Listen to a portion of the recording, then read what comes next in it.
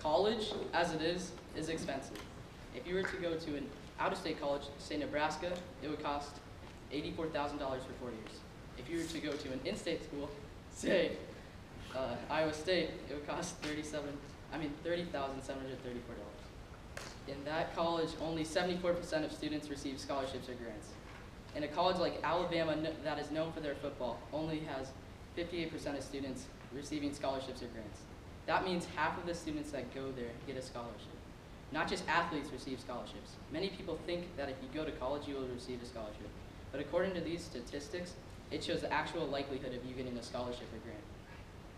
In college, you don't have to be an athlete to receive a scholarship or grant.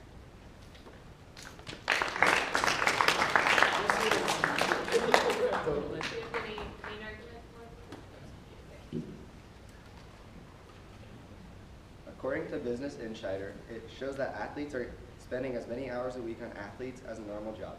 In Division I schools, college athletes spend an average of 40 hours a day on their sport, and the average time spent in a job a week are 40 hours, according to the Washington Post. According to Tony Manfred's passage on Business Insider and the NCAA, it shows that student athletes are spending more time on the athlete part of student athlete instead of being a student athlete. And because of this, players aren't going to have the best educational experience as someone who is not in athletics. And because of the lack of education, they won't have as good of a chance to get a good job after college when only 2% of college athletes go pro.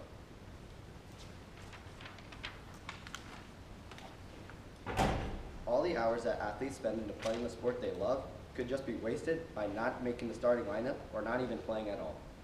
Each year, colleges take in insane amounts of money, and college athletes don't even get a penny for the hard work and determination they put into their sport. According to Owen Daniels in his article in International Business Times, March Madness makes $800 million for the Athletic Association and about $9 million on brackets and leagues. Schools bring in about $10 million into the athletics. $10 million might sound good, but that is only 1/10 of a percent of what they bring in a year.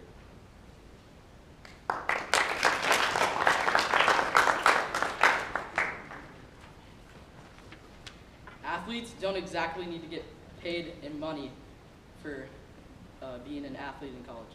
Like for assignments, they could get more time to do their schoolwork because all of the time they must be spent doing their sport in college takes a lot of time. Or they could get free housing or get certain privileges because of the work they perform for their college. College athletes have a play-to-play risk of injury, and with injury comes expense. Every time a college athlete gets injured, it could affect them in multiple areas. That could be vital for the career after college.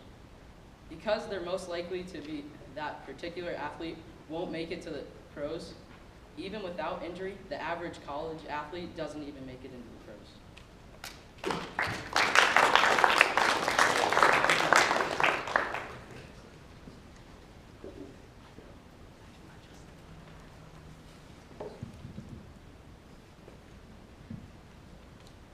The NCAA should not pay college athletes for their contributions to their collegiate athletic programs. Many people think college athletes should be paid for the work that they do on and off the field. But truthfully, over half of all college athletes are already getting paid in the form of scholarships. Do college athletes really need extra money to spend when they already have scholarships? If this happens, students will join sports simply to get paid and focus more on athletics than their education, making sports their job. And another thing, how would they regulate pay? Are you going to pay the person who sits on the bench less money than the star of the team, even though he works just as hard on his game? And what about boys and girls? Will you pay them the same amount, even though more people watch men than women? Overall, colleges just can't afford or regulate pay for all student athletes.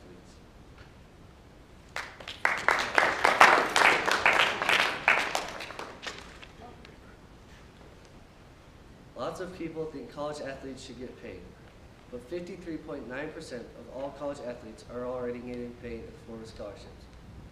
College students have been scientifically proven to be the most irresponsible people. If they have extra money to spend, they would most likely spend it on irresponsible things such as personal items like clothes, junk food, and entertainment. Besides the fact that they don't need extra money, athletes receive many extra resources, according to C.J. Smith, a swimmer at the University of Minnesota.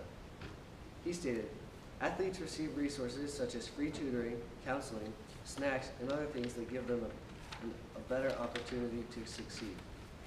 Paying athletes would be unfair to the other students that work their butts off to get a college education and make money to pay off their student loans." And finally, student athletes go to college knowing they are going to play a sport and knowing there will be a time commitment. They knew what they were signing up for when they went, and therefore should not be paid since they have all the other benefits of being a student athlete.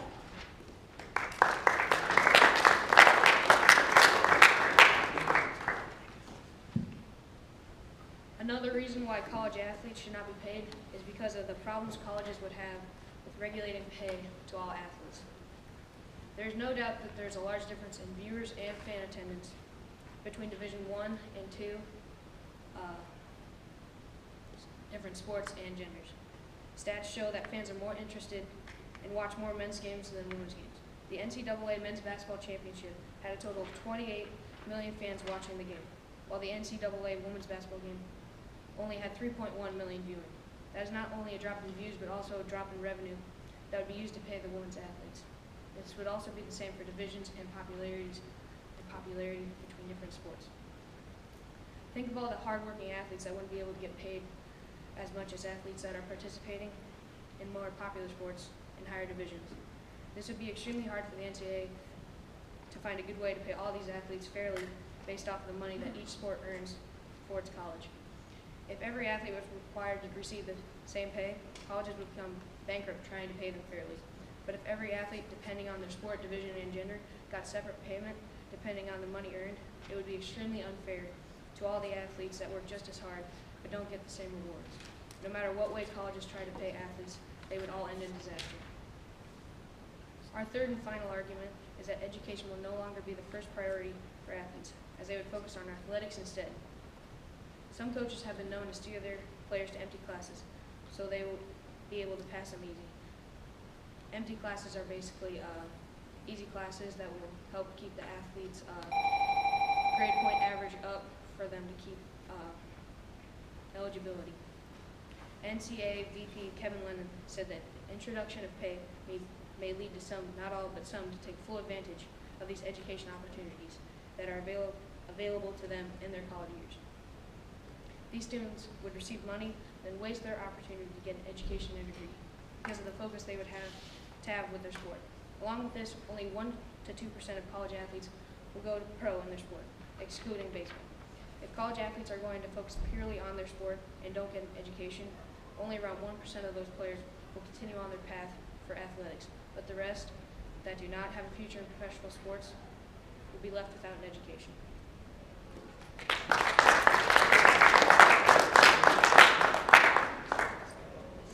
All right, 1 minute prep for rebuttal.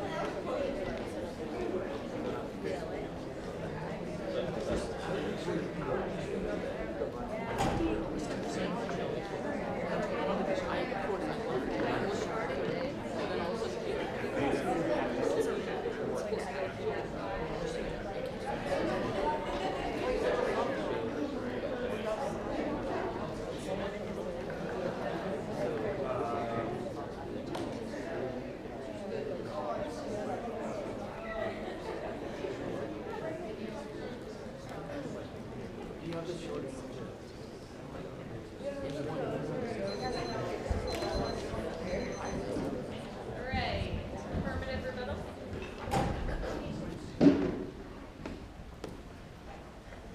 As my opposition stated, college athletes are already getting paid in the form of scholarships, but not every scholarship is a full ride scholarship that pays for everything to do with college. Scholarships can vary depending on what scholarship you receive. And my opposition also stated that it would take money away from the colleges. But a college like, say, Alabama, who won the national championship last year, brought in a total revenue of $123,769,841.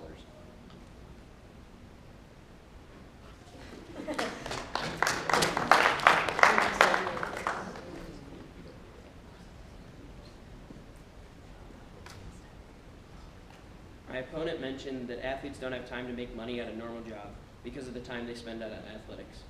But a lot of college kids get jobs to pay for everyday things that the athletes wouldn't have to pay for because of the scholarships they're receiving, and they're not paying for their education, so they'd have extra money left over.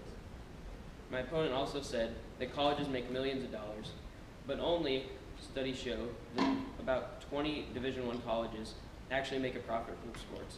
If this is true, then athletes would only want to go to these schools to get paid.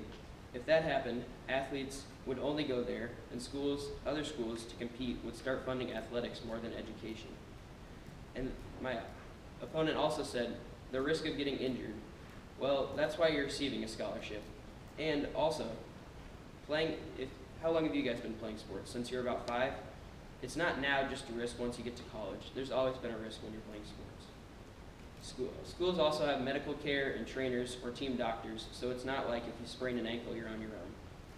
The NCAA also requires by law that students have athletic insurance for sports-related injuries. That may not cover everything, but if you get injured in a championship game, the NCAA requires that every dollar has to be paid for because the NCAA Director of Travel Insurance, Juanita Sheely, says. Thank you.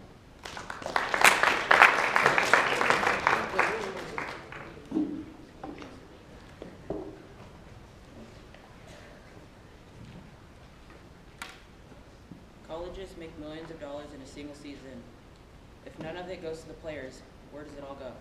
To the coaches? To the uniforms? That shouldn't be that extremely expensive. The top paid college football coach, Nick Saban of Alabama, gets paid $7.9 million.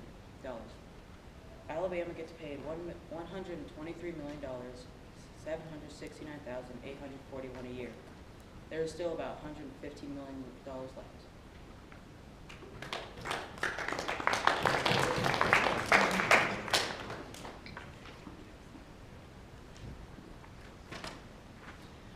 College athletes should not be paid for their college athletic career. As we stated earlier, over half of college athletes are already receiving money in the form of a scholarship. They are already getting money, but it's being spent on something useful, education, rather than something useless a college athlete would waste it on. And how would they regulate pay among all divisions, all sports, and both genders? This will just cause a bigger problem between genders and popularity of the sport. This will also be a problem for education. They will focus more on athletics rather than education. As Joel Mendelson, a University of Florida grad and writer, once said, "Money is temporary, but education is for a lifetime."